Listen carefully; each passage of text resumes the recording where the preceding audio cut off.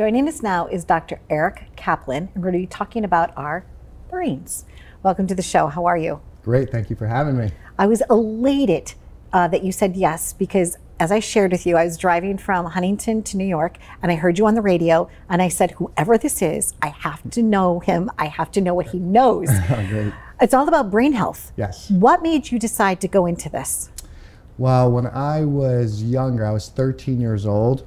I was actually very unhealthy. I was overweight. I had bad acne. I had brain fog. I was very stressed, depressed.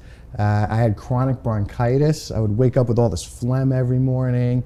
And luckily at the time, my dad was going on a health kick, and he brought me to a health seminar. And I learned about nutrition and how to take care of your body. And actually, within a month after quitting dairy and started eating healthy, I cured my own bronchitis. Wow. Yes, and I was able to get off the medicine that made me so sick. I was on steroids and antibiotics and made me nauseous and throw up.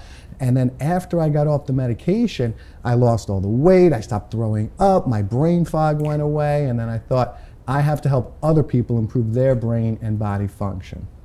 So you decided to become a doctor? Yes, I decided to become a functional neurologist because my grandma Dottie passed away of Alzheimer's disease, and I saw her brain slowly get worse and worse over probably a period of 15 years, and she was so miserable. And I would go visit her, and she said, I don't want to be alive. And I said, well, if I'm going to be a doctor, I want to give people quality of life so that when they get older, they can enjoy life and not, be worried about being in a wheelchair or in a diaper or being in a nursing home. Give people independence where their brain and body can be strong.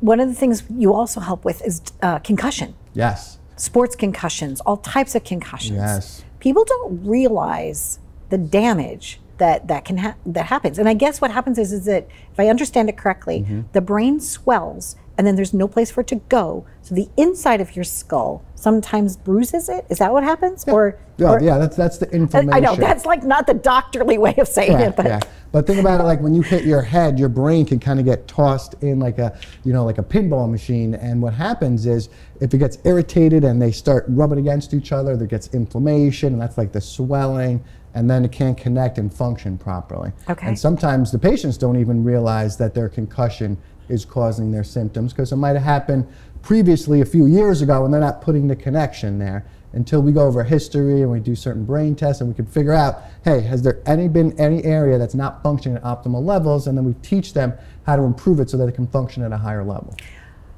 Question, because I do not know the answer, and I bet you do. Once part of your brain is dead, is it dead? And then you have to kind of retrain other parts to make up for it? That's a great question. Okay. So this is a little scary, but after 40 years of age, we actually lose about 10% of our brain cells every decade of our lives. So they're just gone, all right? But here's the deal. The brain cells that we do keep, we can make them really strong. Okay. We could connect them. We can make them powerful. So as long as we get rid of the bad brain cells, and that's what I teach people how to do, get rid of the bad brain cells, detox, and keep all these good, strong, healthy brain cells, so that even as you get older, your brain can actually improve and function. I am so about that. Great. What a positive, nice spin on that. Yes, there's hope. There is hope. So is that why people also at a later age also do like word finds or Sudoku? Is that how I say that?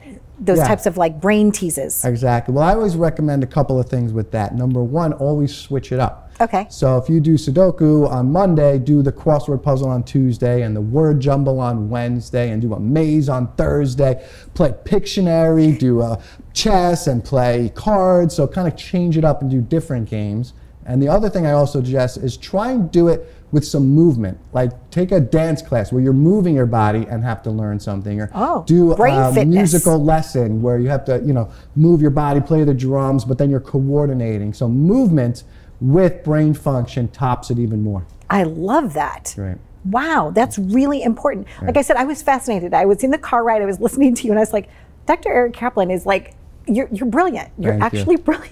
And it's nice that you care about other people's brains. Yes, exactly, right? That's what I want to do. And you also have like non-invasive testing, right? So if somebody needs to know where they are, you could go in, make an appointment, and then you'll help them. Yeah, so exactly. So, and the testing that we do, there's no radiation. You don't have to sit in like a claustrophobic tube. There's no contrast fluid, so it's very safe.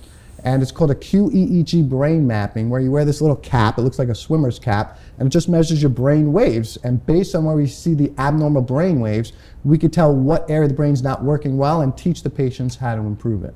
Okay, so can I sign up? Yeah, you could sign up. Okay, I'm ready. You're definitely. I am so ready, and maybe we'll even film me doing it. I would love to visit you. That'd be great. Because I realized too, as I said, I had a fall a couple of years ago.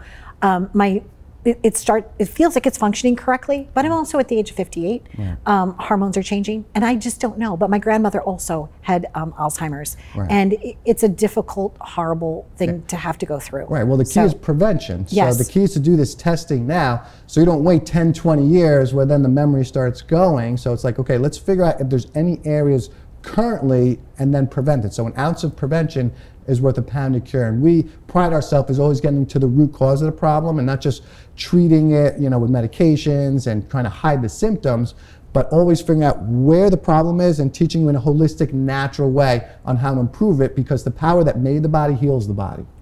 And at 60, I've already lost 20%. I was counting those decades, 10%. I was like, oh my goodness. All right, as long as the bad, yes. We're going to get rid of that, but there is hope. Right, and exactly. I thank you so much. I know that your practice is thriving. I know that you're super busy, and I truly appreciate you taking time to come out here today. My pleasure. Thank you for having me. Thank you so much.